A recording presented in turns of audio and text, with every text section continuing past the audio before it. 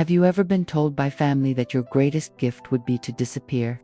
What if the people you sacrificed everything for suddenly decided you were worthless?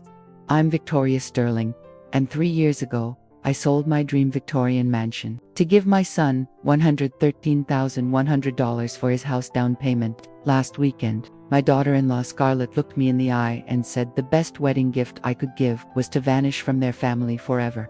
What she didn't know was that I legally owned 35% of their house, and I was about to teach them the most expensive lesson of their lives. This is the story of how I went from family doormat to the woman who canceled their $18,200 wedding reception with a single phone call.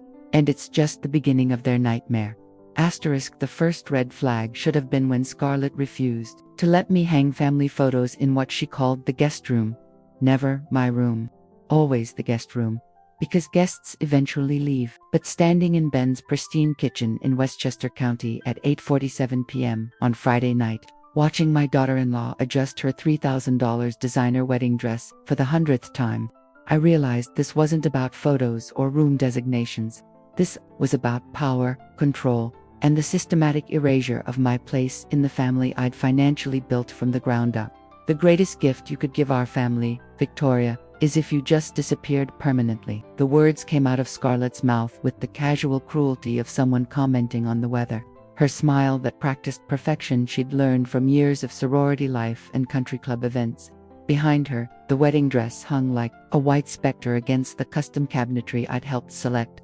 A $4,200 designer gown that represented more money than some people made in 2 months. My son Benjamin looked up from his phone just long enough to nod in agreement before returning to scroll through their European honeymoon itinerary, a $15,000 trip they'd booked without asking how they'd pay for it. Standing there in that kitchen, with its imported Carrara marble countertops and handcrafted Italian cabinets, I felt the weight of every sacrifice I'd made crushing down on me like an avalanche. The Victorian mansion Harrison and I had lovingly restored over 20 years, sold to give them their dream house down payment. My retirement savings, carefully accumulated over 4 decades of marriage, slowly drained through 1,000 small emergencies and unexpected expenses they never seemed to anticipate. The life insurance money Harrison had left me, gradually transferred into their accounts through loans that were never intended to be repaid. Where exactly am I supposed to go? I asked, my voice carrying an eerie calm that surprised even me. The question hung in the air between us like smoke from a fire that was just beginning to catch. Scarlett examined her perfectly manicured nails, the same nails I'd been paying for at her monthly $200 spa appointments for the past 2 years, and shrugged with the indifference of someone who'd never worried about having a roof over her head. I honestly don't know, Victoria. Maybe that boutique hotel downtown, your sister Patricia's place in Connecticut, a nice retirement community. Frankly, I don't really care where you end up, as long as you're not here tomorrow ruining my perfect day. The casual way she dismissed my entire existence sent a chill through my body that had nothing to do with the air conditioning. This wasn't heat of a moment's stress talking. This was calculated cruelty delivered with surgical precision. I looked around the kitchen where I'd cooked Thanksgiving dinners for ungrateful relatives, hosted birthday parties for Ben's colleagues, and spent countless evenings listening to Scarlett complain about everything from her yoga instructor to her personal shopper. Every surface told the story of my financial contributions: the Sub-Zero refrigerator I'd helped purchase when theirs broke down, the Wolf range I'd bought as a housewarming gift, the custom lighting fixture I'd researched and installed myself. This is my son's house too, I reminded her, gesturing toward the living room where my late husband's favorite chair sat in the corner. The only piece of furniture from my old life they'd allowed me to keep. Ben cleared his throat and delivered what felt like a death sentence. Actually, Mom, it's really more Scarlett's house now. She's been managing all the finances, overseeing the renovations, making all the major decisions about our future. You just ... Well, you gave us some money that one time. My entire life savings, the proceeds from selling the home where I'd raised my son and buried my husband, reduced to a casual footnote in their success story. Asterisk something inside me shifted at that moment, not breaking but realigning. Like tectonic plates finding a new configuration after years of building pressure. I'd spent the last 3 years walking on eggshells, carefully moderating my voice, monitoring my expressions, editing my opinions to avoid triggering Scarlett's explosive reactions or Ben's passive-aggressive retreats into his phone. I'd become a ghost in my own family, financially essential but emotionally invisible, valuable only for what I could provide rather than who I was as a person. "You're absolutely right," I said softly, watching surprise flicker across Scarlett's face, like she'd been expecting tears, dramatic pleading, or the usual apologetic backtracking that had characterized our relationship for years. "I should definitely leave. Let me pack my things and be gone within the hour." The words felt strange in my mouth, like speaking a language I'd been secretly learning but never had the courage to practice. Ben actually looked relieved, probably already mentally converting my space into the home office he'd been wanting, complete with built-in bookshelves for his law journals and a wet bar for client meetings. As I climbed the stairs to what had never truly been my room, I could hear them downstairs beginning the celebration of their liberation. Scarlett's laughter carried up through the floorboards, bright and musical, the sound of someone who'd just successfully eliminated an obstacle to her happiness.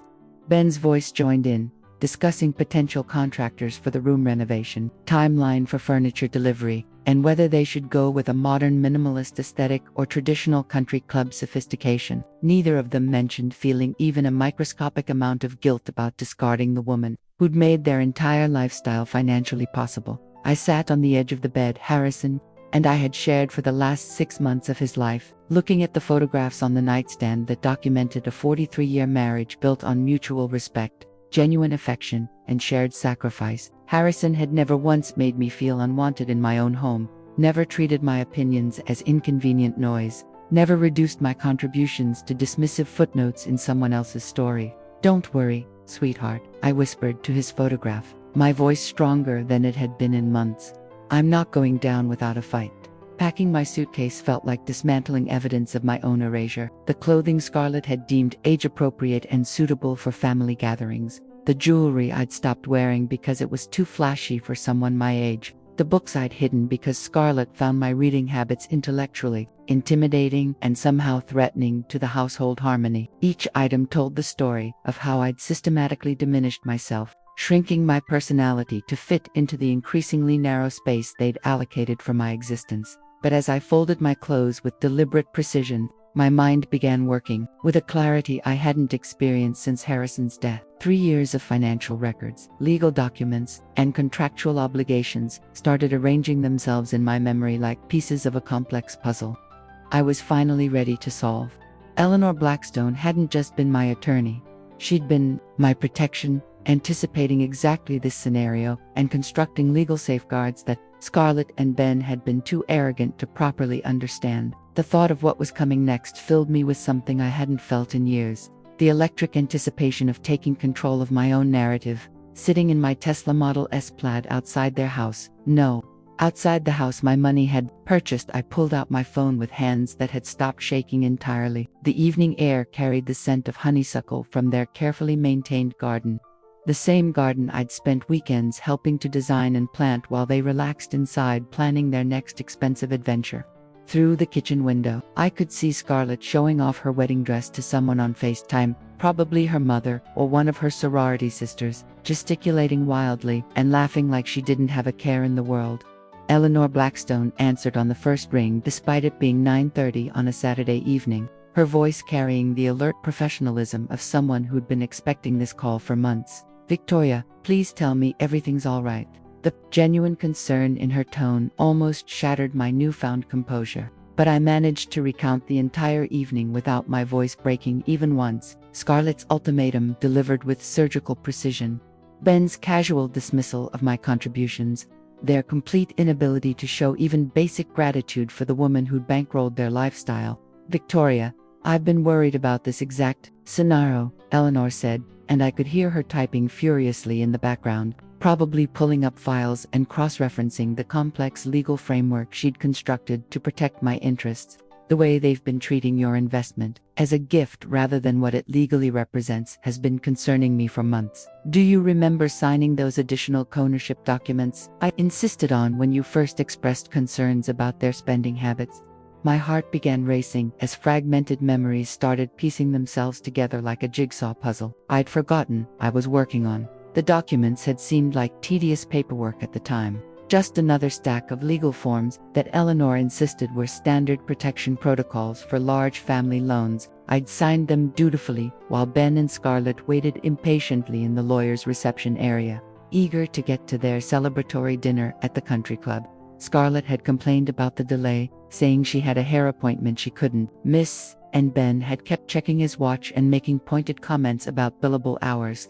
Neither of them had bothered to read the fine print of what they were agreeing to accept. "Eleanor, please tell me you managed to protect me somehow," I whispered, watching through the kitchen window as Scarlett tried on her veil for what had to be the 20th time that day, adjusting it with the meticulous attention of someone preparing for the most important performance of her life. "Oh honey," Eleanor's voice carried a note of satisfaction that sent genuine chills down my spine. That $113,100 wasn't legally structured as a gift. It was documented as a secured loan, with your name listed as a co-owner on the property deed. The world seemed to tilt on its axis as Eleanor continued explaining the legal framework she'd constructed without my full understanding at the time. Scarlett never signed the final acknowledgement forms despite multiple certified mail requests over the past 3 years.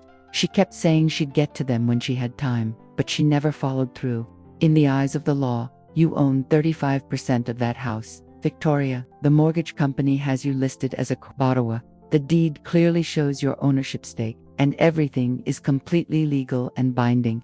Through the window, I watched Ben pop open a bottle of Dom Perignon, a Sibaimayan bottle of champagne they'd purchased for what they believed was their celebration of freedom from their burdensome mother-in-law. The irony was so thick I could taste it.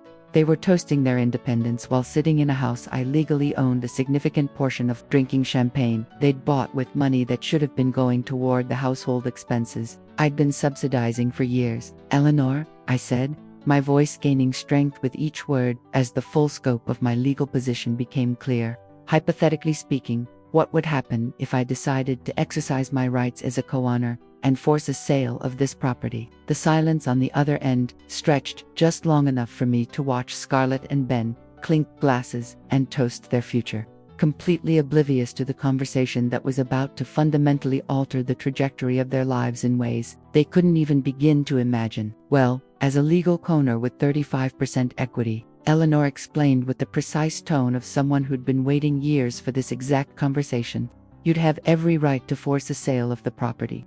The other owners would have first right of refusal, meaning they could buy out your share at current market value. Given that the house is now appraised at approximately $390,000, your 35% stake would be valued at $136,500. I watched Scarlett throw her head back in laughter at something on her phone, probably sharing details about tomorrow's elaborate reception with her California relatives who'd flown in for the festivities. The mathematical reality of their situation hit me like a physical blow.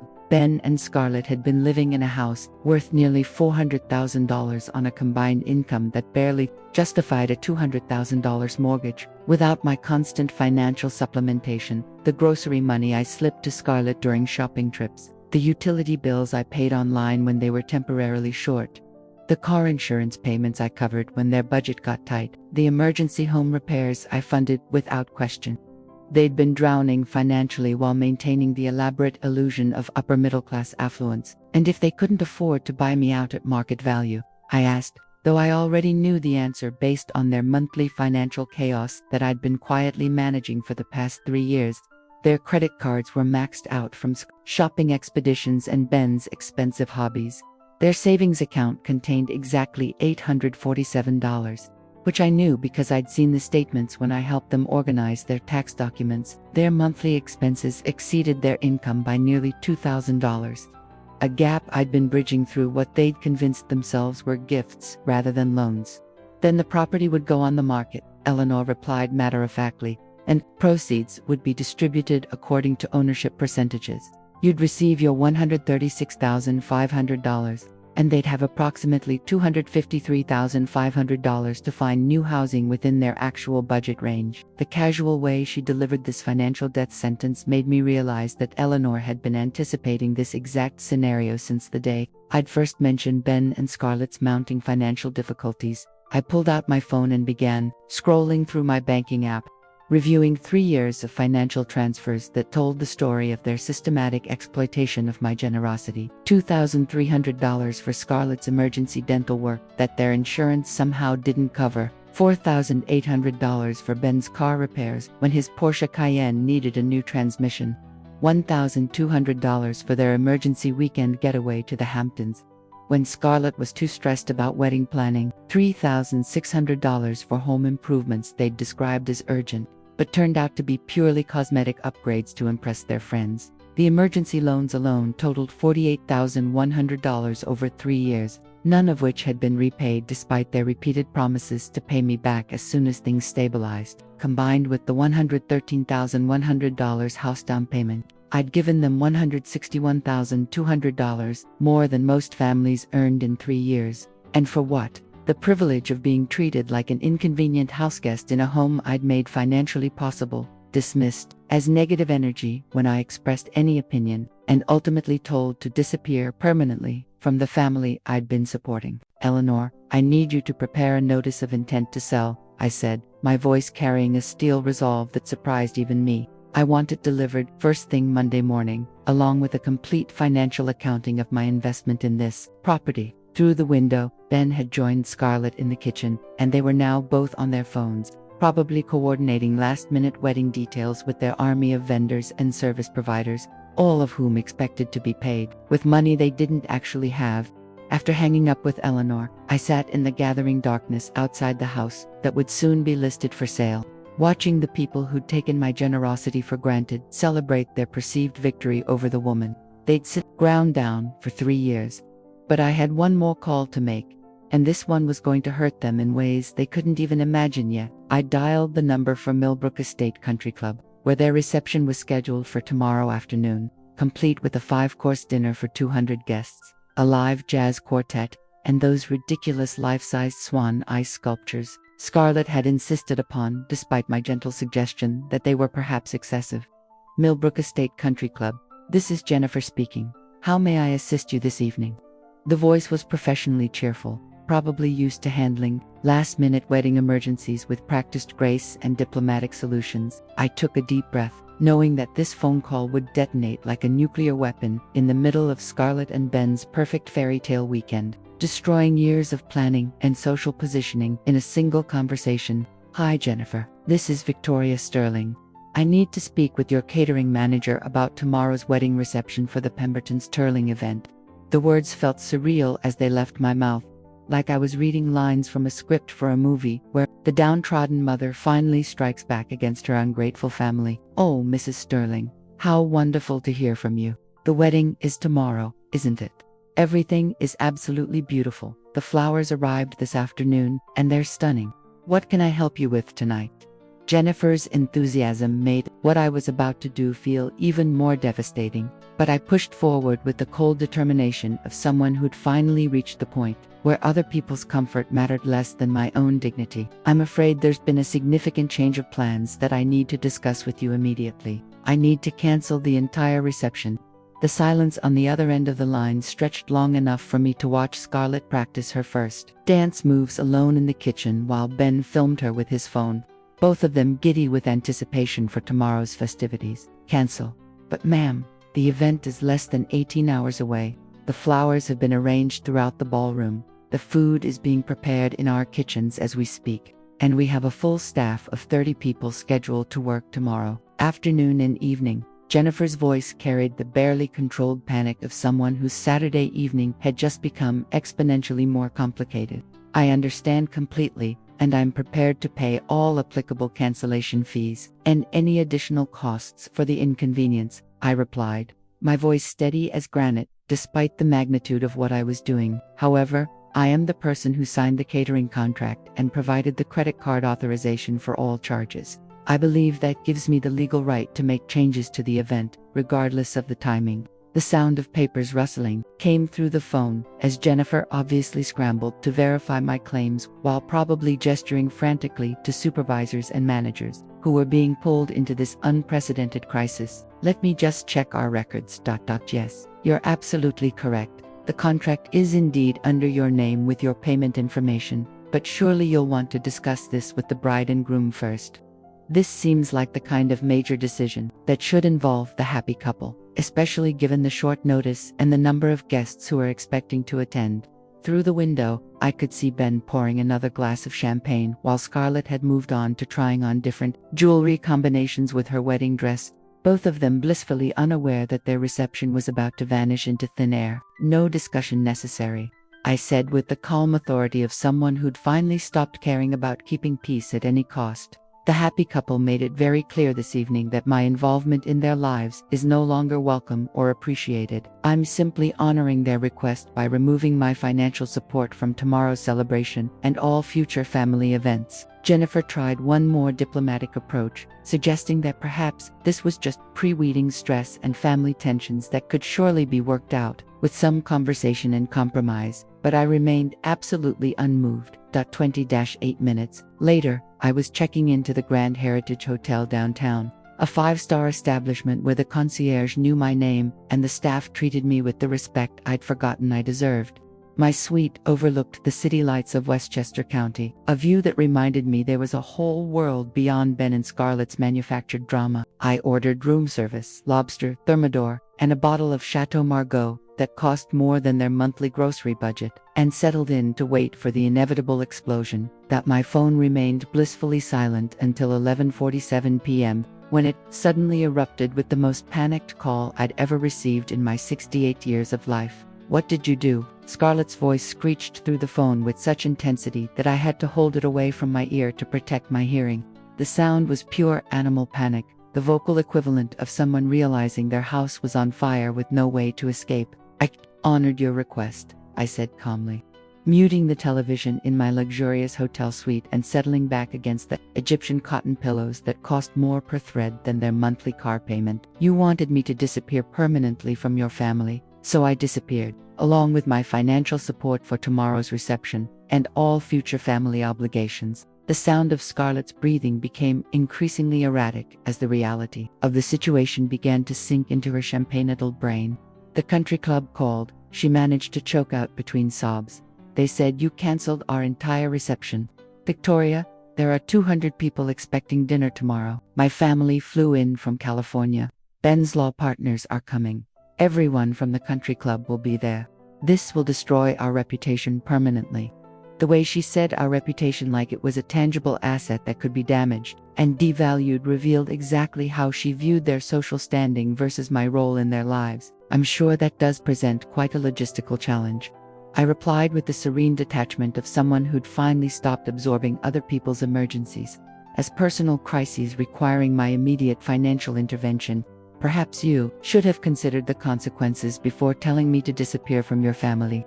Ben grabbed the phone from Scarlett, his voice tight with barely controlled panic and the kind of rage that comes from realizing you've catastrophically underestimated someone you thought you could manipulate indefinitely. "Mom, this is completely insane," he said, and I could hear Scarlett crying in the background, ugly, desperate sobs that might have triggered my maternal instincts 6 months ago, but now just sounded like the tantrums she'd been throwing since the engagement started. "You can't just cancel our wedding reception because you're upset about sleeping arrangements. This is psychotic behavior. We're talking about ruining our wedding day over hurt feelings." The casual way he reduced my legitimate grievances to hurt feelings and dismissed my boundary setting as psychotic behavior revealed exactly how little he understood about respect, accountability, or basic human decency. "I didn't cancel your wedding, sweetheart," I said, examining my manicured nails the same way Scarlett had dismissed me hours earlier. "You can still get married tomorrow. The church ceremony proceeds exactly as planned. I simply canceled the reception that I was paying for. You know, the one that was costing me $18,200. The silence that followed was profound and telling, the sound of financial reality crashing into their fantasy world like a meteor hitting Earth. Neither of them had ever bothered to ask about the actual cost of their elaborate reception, content to let me handle all the financial details while they focused on the fun parts of wedding planning. They'd been living in a bubble where money materialized whenever they needed something expensive, never questioning the source or considering the sacrifice involved. 18,000. Scarlett's voice returned, faint and shaky, like someone who'd just been told they had a terminal illness. The reception cost $18,000. Her tone suggested she genuinely believed that money materialized out of thin air whenever they needed something expensive, like some kind of magical fairy tale where financial consequences didn't exist for people like them. "Did you think it was free?" I asked with genuine curiosity, pulling up my banking app to review the itemized charges that had been accumulating for months. The 5-course plated dinner at $87 per person, the premium open bar package, the jazz quartet you insisted on instead of a DJ, the elaborate floral arrangements with imported peonies, the custom linens, the swan ice sculptures, the upgraded lighting package, the champagne toast for 200 guests. Did you imagine that fairy godmothers were footing the bill for your princess fantasy? The conversation continued for another 37 minutes, with Ben and Scarlett alternating between panic, anger, desperate pleading, and various manipulation tactics they'd perfected over the years. They couldn't tell 200 guests there was no reception. They couldn't afford to pay for an alternative venue on 12 hours' notice. Their reputations would be permanently damaged. Everyone would think they were financially irresponsible frauds. The irony of that last concern was so thick you could cut it with a knife, since they'd been financially irresponsible frauds for the entire 3 years I'd known them. "How could you do this to us?" Scarlett wailed through increasingly ugly sobbing sounds that echoed through their house and probably woke the neighbors. "We trusted you. We believed you cared about our happiness. We thought you wanted what was best for our family." The word trusted hung in the air like smoke from a house fire, carrying undertones of accusation and betrayal that completely ignored their own behavior patterns. "Trusted me to do what, exactly?" I asked, settling deeper into my hotel suite's leather armchair and opening the bottle of wine I'd ordered from room service. "Finance your lifestyle indefinitely while you treated me like an inconvenient burden. Pay for your fairy tale wedding while you told me to disappear from your family. Continue subsidizing your monthly expenses while you planned expensive vacations you couldn't afford. Cover your emergency costs while you spent money on luxury items instead of building savings." Ben tried a different approach, his voice taking on the manipulative tone he'd learned from years of courtroom negotiations and client management. "Mom, please, we can discuss this like rational adults. Come back to the house right now and let's work this out together. We're family. Families don't destroy each other over misunderstandings." But I was no longer the woman who could be guilt-tripped into submission through emotional manipulation and appeals to family loyalty that only seemed to flow in one direction. "The house where I'm no longer welcome," I replied. "The house where my presence ruins everything and brings down the whole vibe. The house where you told me to disappear permanently." "I don't think so, Ben. You made your position quite clear this evening, and I'm simply respecting your wishes." The sound of frantic whispering in the background suggested they were finally beginning to understand that their usual tactics weren't going to work this time. By Sunday morning, my phone displayed 42 missed calls and 58 increasingly frantic text messages that ranged from desperate pleading to angry accusations to threats of legal action. I ignored them all while enjoying a leisurely room service breakfast of eggs Benedict with fresh Canadian bacon, strawberries and cream, and coffee that cost more per cup than their daily food budget. The Sunday Times crossword puzzle kept me entertained while I watched the sunrise over Westchester County, feeling more peaceful than I had in years. The wedding was scheduled for 2 p.m. at St. Matthew's Episcopal Church, followed by what was supposed to be a grand reception at Millbrook Estate at exactly 9 a.m. There was an urgent knocking on my hotel suite door that sounded like someone trying to break down the entrance. Through the peephole, I saw Ben in his wrinkled tuxedo shirt, looking like he'd spent the night wrestling with his conscience and losing badly. His hair was disheveled, his eyes were bloodshot, and he had the desperate appearance of someone whose carefully constructed world was collapsing in real time. "Mom, please," he said when I opened the door without inviting him inside. "We need to talk immediately. This is an emergency situation that's spiraling completely out of control." I studied my son's desperate expression with the detached interest of an anthropologist observing a fascinating species. Noting how panic had stripped away his usual polished facade to reveal the entitled child underneath. "Scarlett's having a complete mental breakdown," he continued, his words tumbling over each other in his rush to explain the crisis. "She's locked herself in the master bathroom and refuses to come out.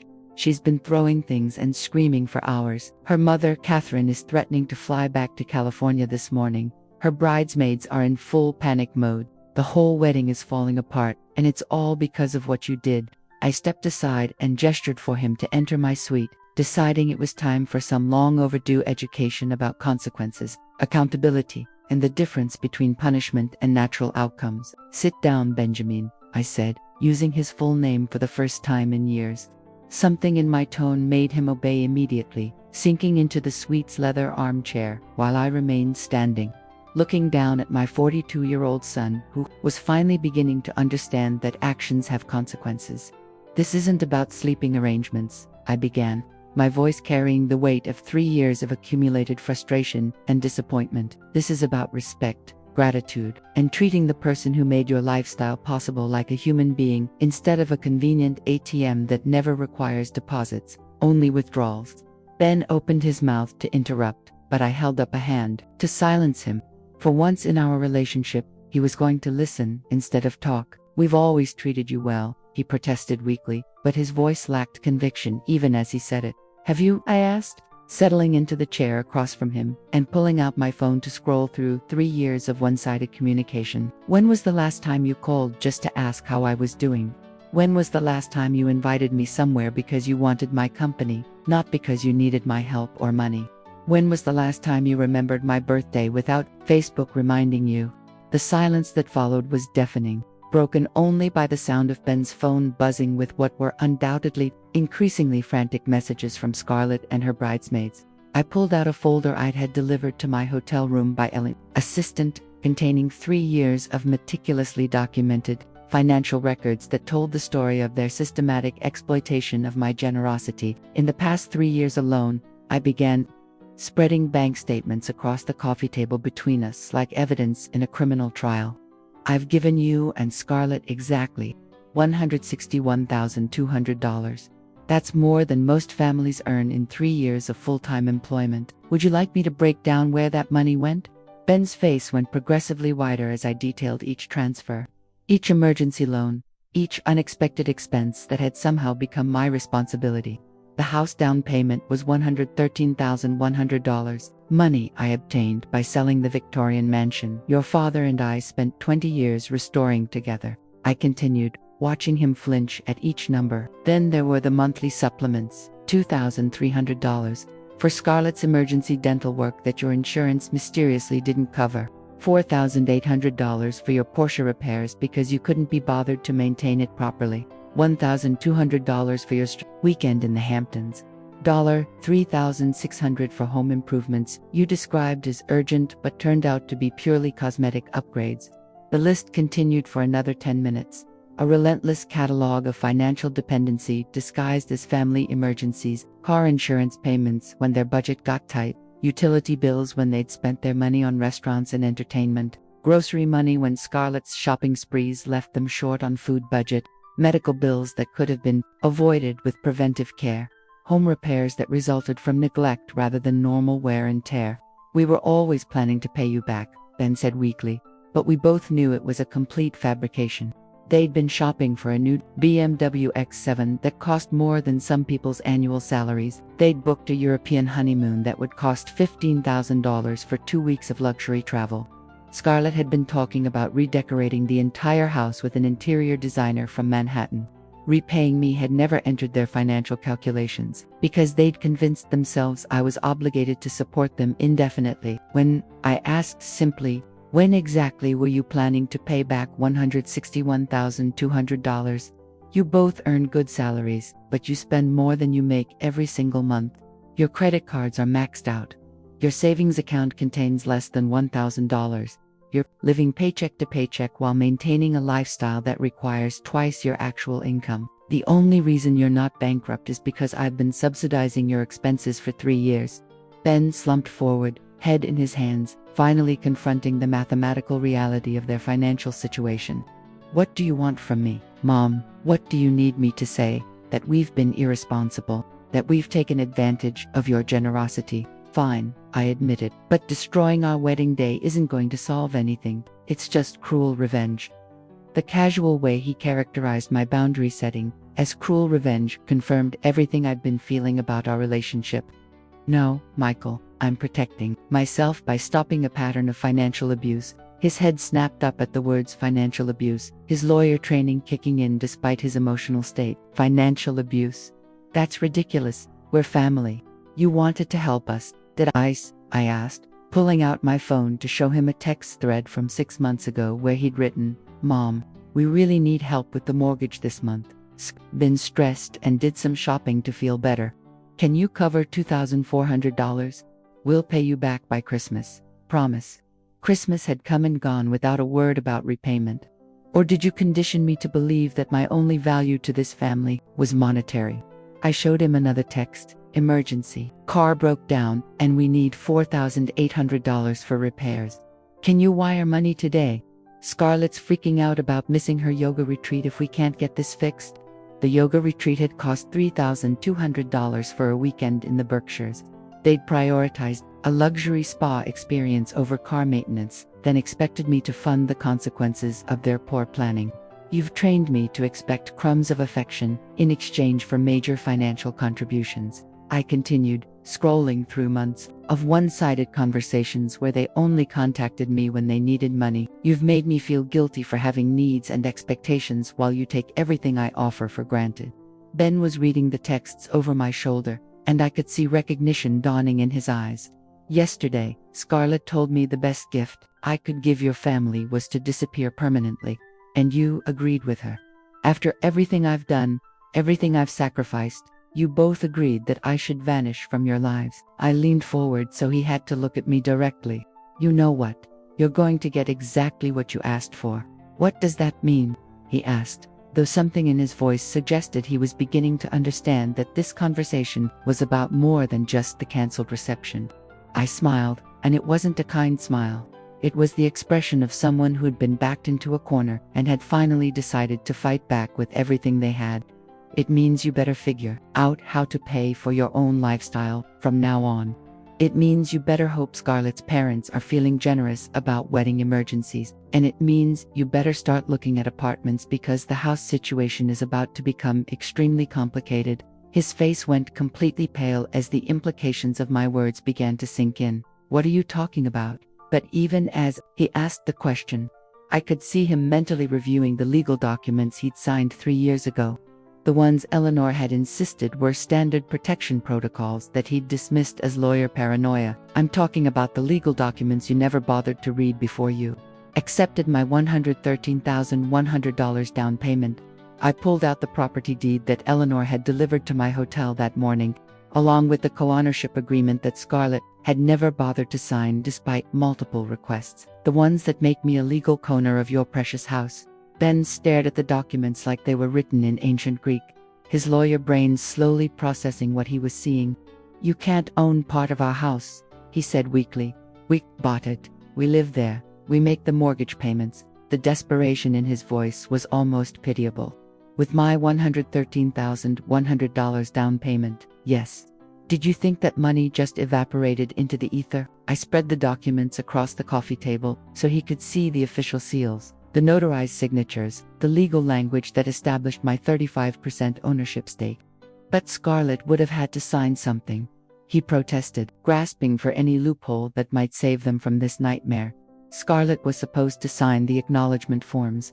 Eleanor sent them 3 times via certified mail.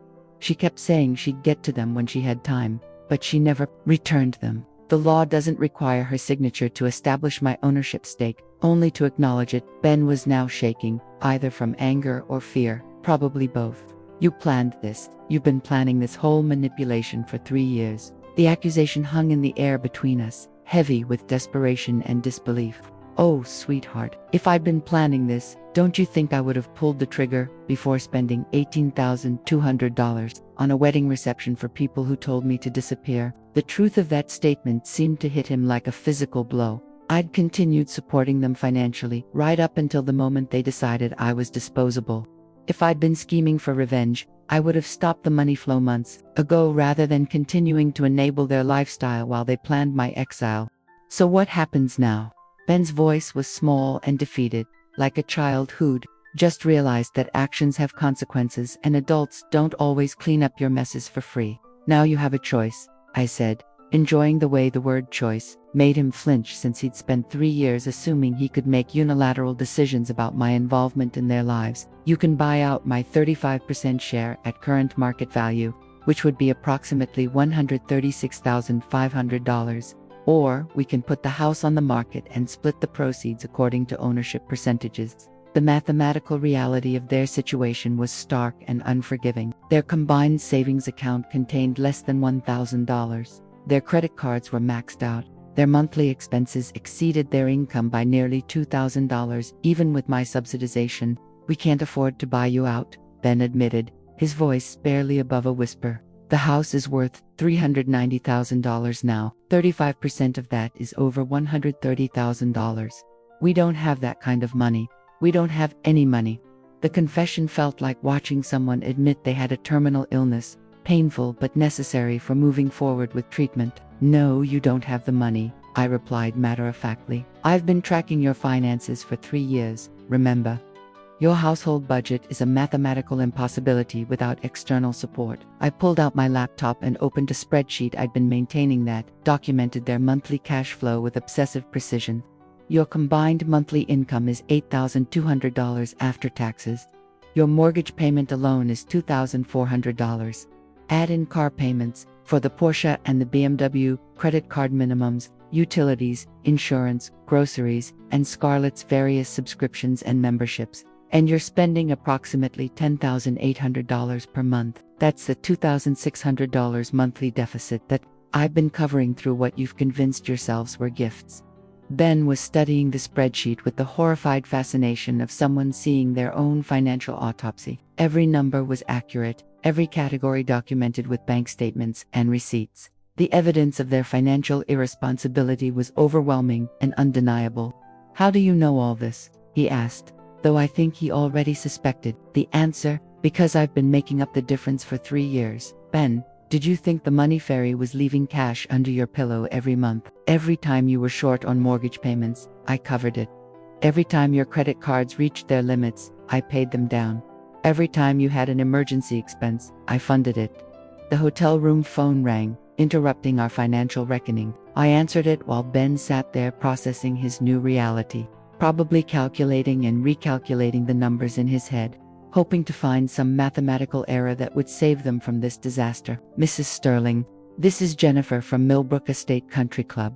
I have Catherine Pemberton on another line. She's the mother of the bride. She's asking about reinstating today's reception. She says she'll pay all the costs if you'll allow the event to proceed as planned." I looked at Ben, who was listening, with desperate hope flickering in his eyes like a dying candle. "Block 12. The final rejection. That's very generous of Mrs. Pemberton," I said, watching Ben lean forward with pathetic eagerness, "but I'm afraid that won't be possible." His face crumpled like I'd just sentenced him to death, which, in a social sense, I probably had. Their reputation in Westchester County society was about to be permanently damaged, and everyone would know they were financial frauds who couldn't pay for their own wedding. "You see, Jennifer, there are some family dynamics at play here that make it inappropriate for me to accept payment from other family members for an event I chose to cancel due to their daughter's behavior toward me."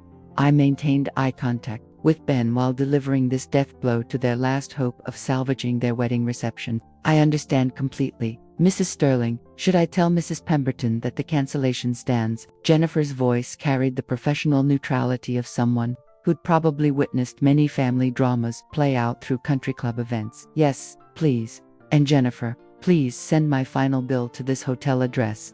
I'll settle up everything I owe for the inconvenience this has caused your staff." After hanging up, I turned back to Ben, who looked like he'd aged 10 years in the past hour. "Catherine Pemberton was willing to pay $18,200 to save your reception," I said, letting the magnitude of that sacrifice sink in. "She was prepared to cover the entire cost of your wedding celebration to prevent social embarrassment for her daughter. And you said no." Ben's voice carried disbelief mixed with something approaching hatred.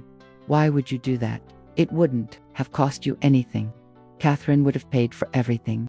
The fact that he still didn't understand why I'd rejected Catherine's offer revealed exactly how little he comprehended about dignity, boundaries, and self-respect, because accepting her money would have enabled the same pattern that got us here in the first place. I explained with the patience of someone teaching a very slow child. Someone else swooping in to rescue you from the consequences of your choices, allowing you to continue believing that your actions don't have real costs. I closed my laptop and leaned back in my chair, studying my son's defeated expression.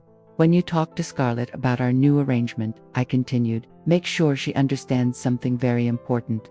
Ben looked up from his phone, where he'd been staring at missed calls from increasingly frantic wedding vendors. I'm not the same woman who walked out of your house last night. That woman was desperate to keep peace in the family at any cost. This woman is done being taken advantage of. You're really going to force us to sell our home? The question came out as barely a whisper, like he was afraid to voice the reality out loud.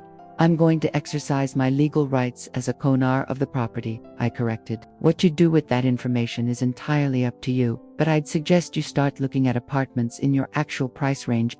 Ben left without another word, probably to deliver the worst news of Scarlett's life on what was supposed to be the happiest day of her existence. I watched him walk down the hotel corridor, shoulders slumped in defeat, and felt something I hadn't experienced in years. The profound satisfaction of standing up for myself instead of quietly absorbing other people's cruelty. 20 minutes after Ben left, my phone began ringing with the intensity of a fire alarm. Scarlett's number appeared on the screen, and I almost didn't answer, but curiosity got the better of me. Dorothy, her voice was barely recognizable through her tears. We need to talk immediately. This is an emergency situation that's destroying everything. No, sweetie, I replied with the calm detachment of someone who'd finally stopped absorbing other people's emergencies as personal crises. We really don't need to talk. You made your position very clear yesterday when you told me the greatest gift I could give your family was to disappear permanently. The sound of her breathing became increasingly erratic as she processed my words. I was upset about the wedding stress, she protested through ugly sobbing sounds. I was overwhelmed with all the planning and details. I didn't mean what I said about disappearing forever. The backtracking was predictable but ineffective. Of course you were upset, Scarlett. It must be exhausting pretending to tolerate someone you obviously despise. I don't despise you, she insisted, though her voice lacked conviction. Yes, you do, I replied matter-of-factly. In the 3 years since you moved into the house I bought for you, you've never once thanked me. Not once. You've never asked about my life, my interests, my health, my feelings about anything. You've never invited me to participate in family activities unless you needed me to provide food, money, or unpaid labor. The silence that followed was telling. I could hear her trying to formulate a response that would contradict my assessment, but we both knew I was absolutely correct. That's not true, she finally managed. When was the last time you called just to see how I was doing? I asked. When was the last time you included me in plans because you wanted my company rather than my financial contribution? More silence. I'll save you the mental effort, I continued. Never. You've never called to check on me. You've never sought my company for its own sake. But you're very quick to contact me when you need money for emergencies, home improvements, or lifestyle expenses you can't afford. The truth was brutal but necessary. Victoria, please. Scarlett's voice had taken on the desperate tone of someone whose carefully constructed world was collapsing in real time. I'll do anything to fix this. I'll apologize publicly. I'll pay you back every penny. I'll change how I treat you. Just please don't destroy our wedding day. The promises sounded hollow because they were being made under duress rather than from genuine recognition of wrongdoing. Pay me back with what money? I asked. You don't work, remember. You're a full-time homemaker in a house you couldn't afford without my financial support. That was another uncomfortable truth she'd been avoiding. Her lifestyle was completely dependent on other people's money. First her parents and then mine through Ben. I'll get a job immediately, Scarlett promised, her voice shaking with panic. I'll work full-time and pay you back every penny we owe. It'll take time, but I'll do it. The offer was touching in its desperation but mathematically impossible given their financial situation. Scarlett, honey, you owe me $161,200, I said, letting the full amount sink in. At minimum wage, working full-time with no breaks for holidays or vacations, it would take you approximately 6 years to earn that much money. And that's assuming you never spend a single dollar on yourself, which isn't realistic. The mathematical reality was harsh but undeniable. But if you force us to sell the house, we'll lose everything, she wailed through what sounded like a complete emotional breakdown. We'll have to live in some awful apartment, we'll lose our social standing, everyone will know we're failures. The way she prioritized their social image over any acknowledgement of how they'd treated me was revealing. You won't lose everything, I corrected. You'll receive approximately $253,500 from the house sale, which is more than enough to purchase a modest home within your actual budget, or rent a very nice apartment while you rebuild your financial stability. The numbers were generous considering their behavior, but I wasn't trying to destroy them completely. But that's not enough for anything decent in Westchester County, Scarlett protested, revealing exactly how distorted her sense of financial reality had become. It's enough for a lovely 3-bedroom house in a good neighborhood about 20 minutes from here, I replied. You know, the kind of place people with your actual income should be living. The conversation continued for another 15 minutes, with Scarlett cycling through various stages of grief about their changed circumstances, denial that this was really happening, anger at my supposedly vindictive behavior, bargaining with promises she couldn't keep, depression about their ruined reputation. She seemed incapable of reaching acceptance that their lifestyle had been unsustainable and that consequences were finally arriving. What about our guests? She asked desperately. What about my family who flew in from California? What about Ben's law partners who are expecting to celebrate with us? What about everyone from the country club? The focus on other people's inconvenience rather than their own behavior patterns was typical of her mindset. What about them? I asked. You're still getting married at 2 p.m. They can still witness that. They just won't get a free dinner afterward, courtesy of the woman you told to disappear from your family. The harsh reality was that their guests would survive missing one fancy meal, but their relationships would be permanently altered by this public display of financial incompetence. By 4 p.m., the wedding ceremony had proceeded as scheduled, but without the reception, most guests had dispersed within an hour of leaving the church. I heard later from my sister Patricia that it had been awkward and uncomfortable, with people standing around in the church parking lot, asking each other what had happened to the celebration they'd been expecting. On Monday morning, something unexpected happened that revealed just how far Ben and Scarlett were willing to go to avoid taking responsibility for their actions. My phone rang at 9:15 a.m. with a call from Detective Morrison with the Westchester County Police Department. Mrs. Sterling, I'm calling about a report we received regarding potential financial elder abuse. Someone contacted us claiming that family members have been financially exploiting you and that you might be experiencing cognitive decline that's affecting your judgment. My blood went cold as I realized the depths of their manipulation. Detective Morrison, I can assure you that I'm in full possession of my mental faculties, I replied, my voice steady despite my fury at this latest attempt to paint me as an incompetent victim, rather than a woman who'd finally stood up for herself. In fact, I'm probably thinking more clearly than I have in years. That's good to hear, ma'am, Detective Morrison said professionally. But we do need to follow up on these reports as a matter of protocol. Would you be available to meet with me this afternoon to discuss the situation? I looked around my hotel suite at the evidence of my competent decision-making and financial management, feeling a surge of pure fury at my family's latest manipulation tactic. Absolutely, Detective. In fact, I have quite a lot I'd like to discuss with you about financial abuse, just not the kind my family reported. The irony was so thick it was almost comedic. They were accusing me of being a victim of financial abuse while they were the ones who'd been systematically draining my resources for 3 years.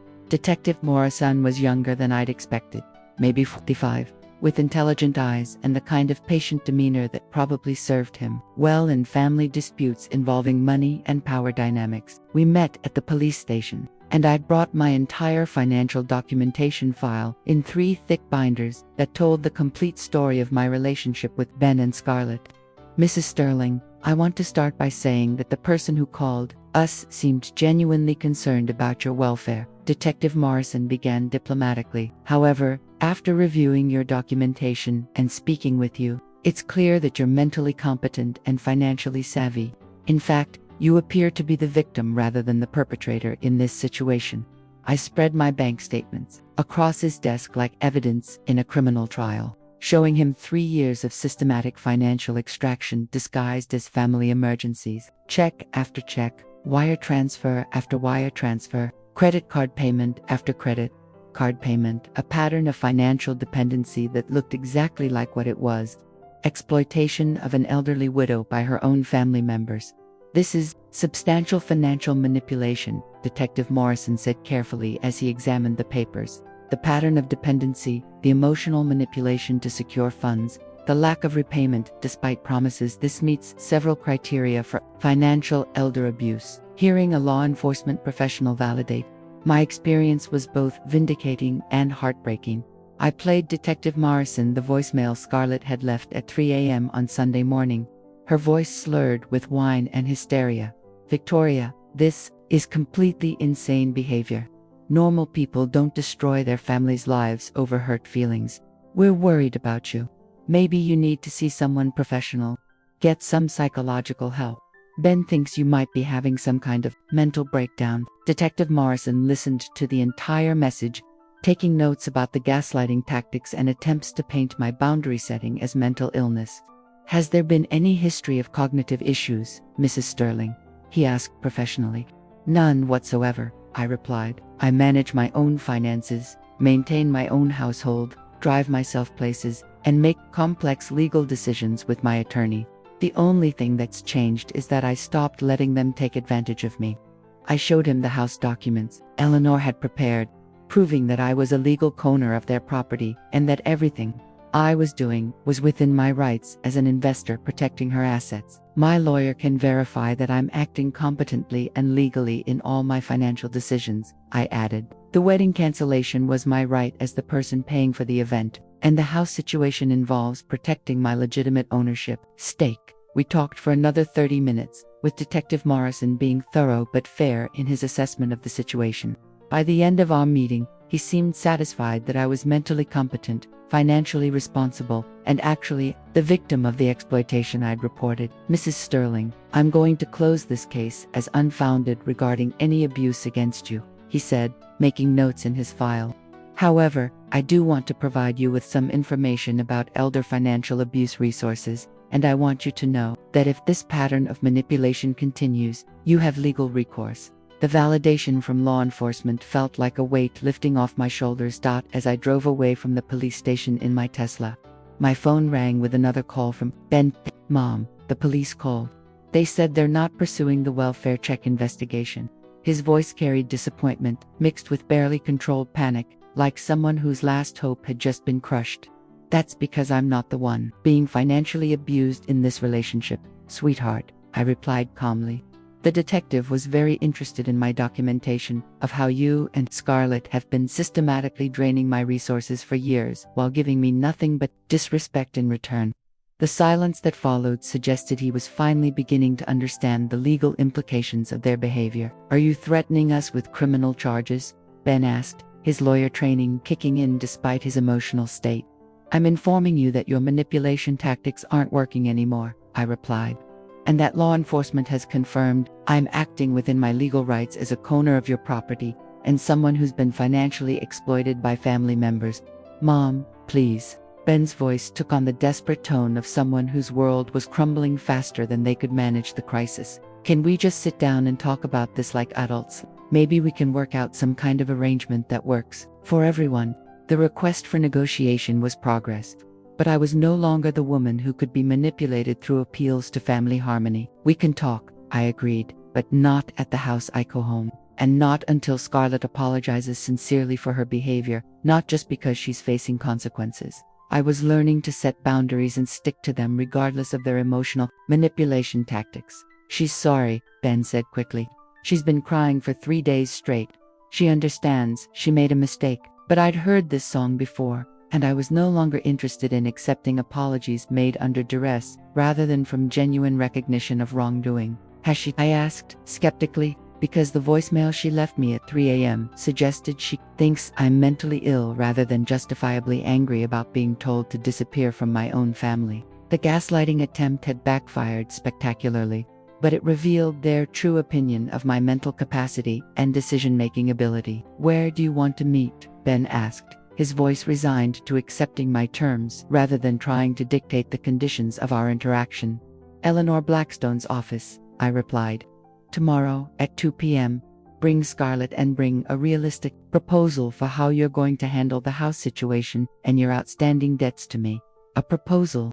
Ben's voice carried confusion mixed with hope, like someone who'd been expecting total destruction but was being offered a chance at negotiation. Ben, I own 35% of an asset worth $390,000. That's $136,500 in equity that represents my retirement security. You either buy me out at fair market value, or we sell the house and split the proceeds. Those are your only options. The next day's meeting at Eleanor's law office felt like a scene from a legal drama, with all parties seated around a mahogany conference table covered with financial documents and property deeds. Scarlett arrived looking like she'd aged 5 years in the past week, her usual polish completely gone, replaced by the haggard appearance of someone who'd been crying for days and sleeping poorly. Victoria, Scarlett began immediately upon entering the room, I owe you an enormous apology. I was stressed and overwhelmed about the wedding, and I said things I didn't mean. I was completely wrong to treat you the way I did. The apology sounded rehearsed rather than heartfelt, but it was a start toward acknowledging the damage she'd caused. Thank you, I replied neutrally. That's a beginning. She looked surprised, like she'd expected immediate forgiveness and restoration of our previous relationship dynamic. Eleanor spread the house documents across the conference table, establishing the legal framework that would govern any negotiation.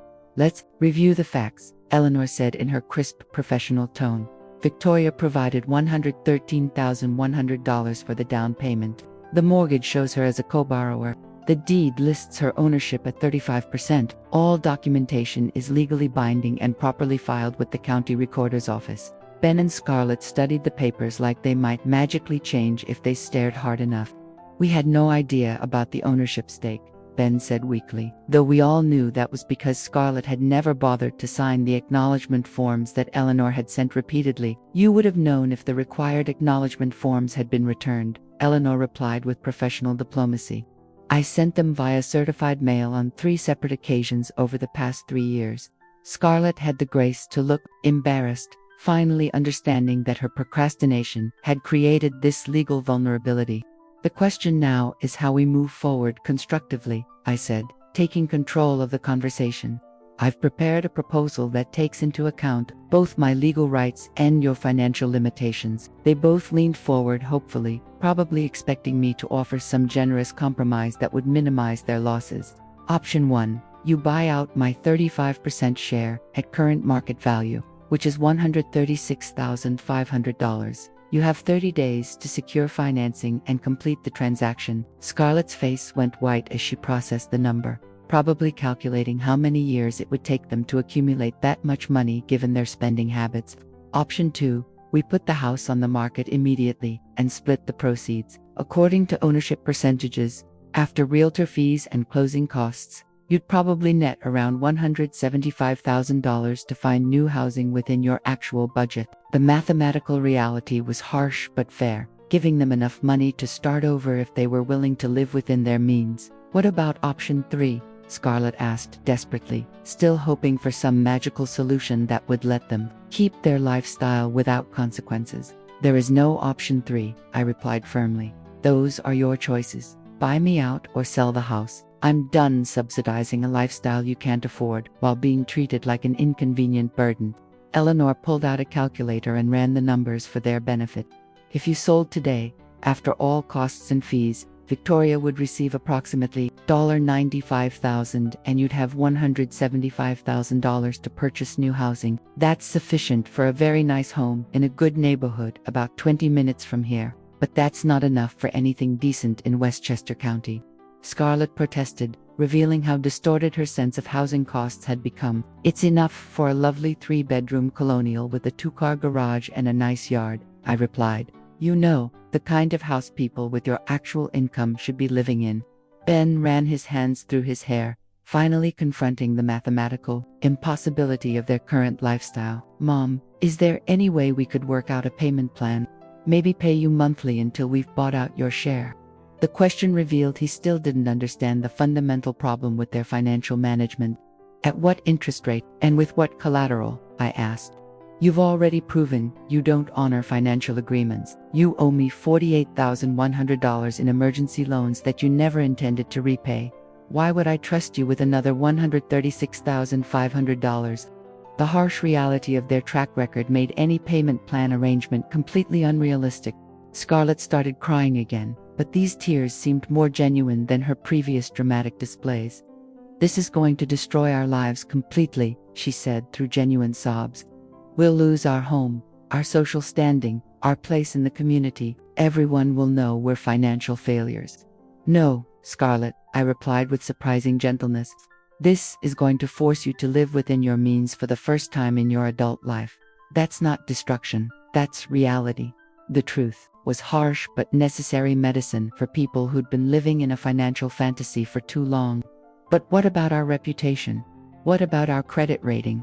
What about our future? The questions revealed how their priorities had been shaped by appearances rather than substance, image rather than financial stability. Your reputation will recover once you start living authentically, instead of pretending to afford things you can't pay for, I said. Your credit will improve once you stop carrying balances you can't afford to pay off, and your future will be more secure once it's built on what you actually earn rather than other people's money.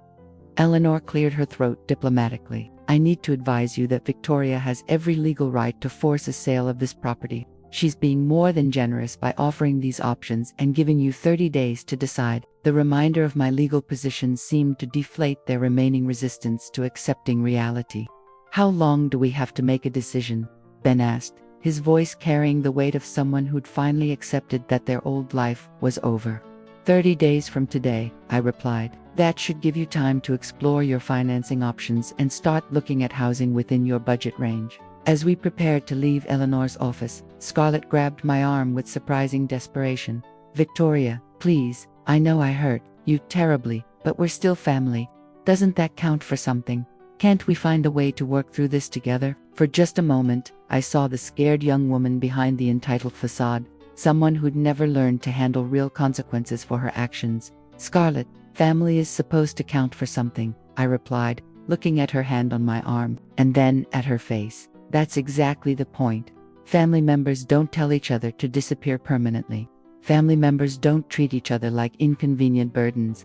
Family members show gratitude and respect, not just when they need money, but because they genuinely care about each other's well-being. The next 30 days passed with surprising speed. Ben and Scarlett tried desperately to secure financing for a buyout, but their credit history and debt-to-income ratio made them completely unqualified for the additional $136,500 loan they needed. Their parents were unwilling to co-sign or provide the money, finally recognizing that continuing to enable their financial irresponsibility would only make the problem worse.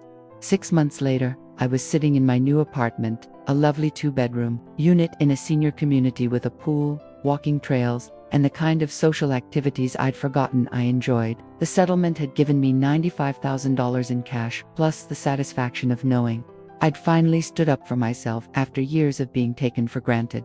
Ben and Scarlett had purchased a modest 3-bedroom house about 25 minutes from their old neighborhood, using their $175,000 share of the house sale plus a small loan from Catherine, Pemberton, that came with strict repayment terms and financial oversight. The change in their circumstances had been dramatic but ultimately positive.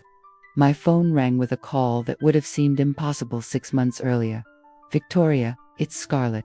I wanted to let you know that I got the promotion at work. The voice on the other end sounded different, stronger, more confident, genuinely proud of an accomplishment she'd earned through her own efforts. Scarlett had started working as a receptionist at a dental practice, and apparently, she'd discovered she was talented at organizing systems and managing people. That's wonderful, honey. How do you feel about it? I asked, genuinely curious about this transformation in her attitude toward work and responsibility. Exhausted, she laughed, and it was the first genuine laugh I'd heard from her in years, but also proud.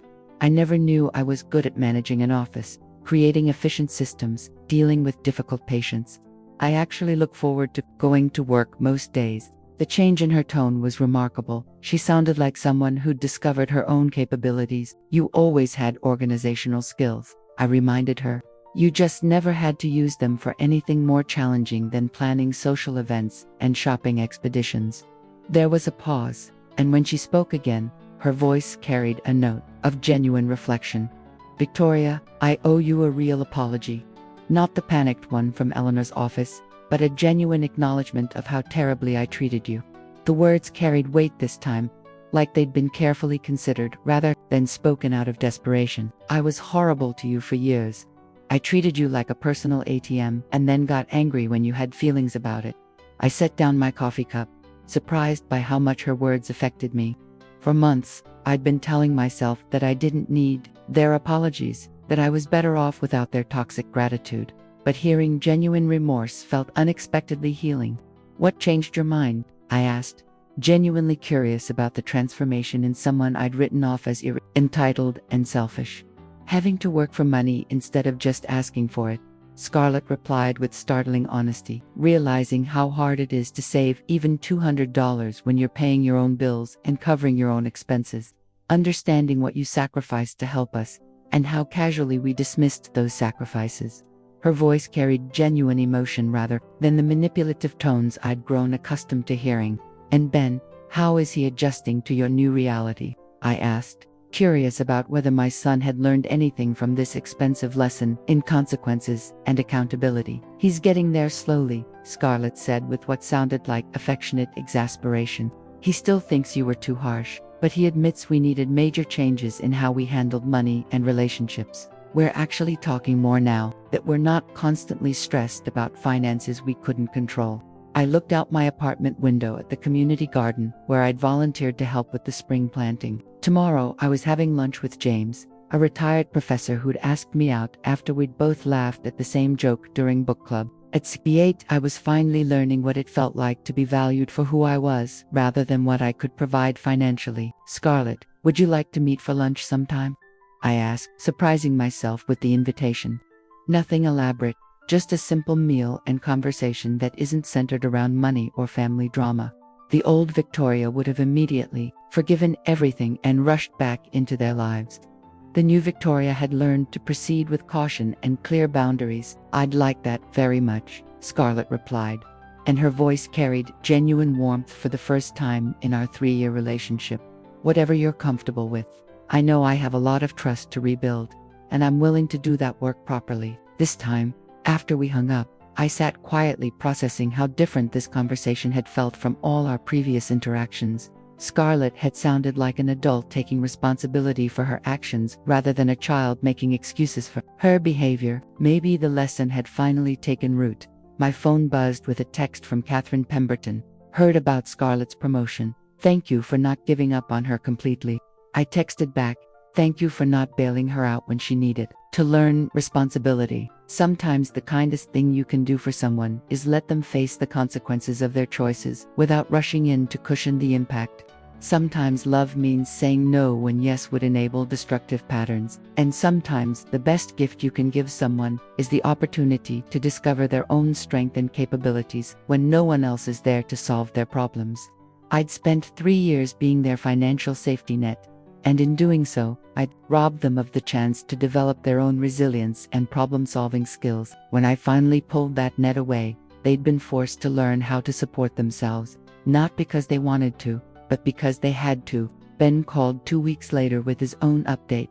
Mom, I wanted you to know that we paid off all our credit cards using Scarlett's promotion bonus and some overtime money I earned. His voice carried a pride I hadn't heard since he'd graduated from law school 20 years earlier. That's excellent news, I replied, genuinely pleased by their progress toward financial stability. How does it feel to be debt-free? The question seemed to surprise him, like he'd never considered the emotional impact of their financial choices. Incredible, he admitted. I didn't realize how much stress those monthly payments were causing until they were gone. We can actually save money now instead of just covering minimum payments. The relief in his voice was palpable, like someone who'd been holding their breath for years and could finally exhale. What are your plans for the money you're saving? I asked, curious whether they'd learned anything about budgeting and financial planning from their recent crisis. We're building an emergency fund first, Ben replied, and I could hear Scarlett coaching him in the background.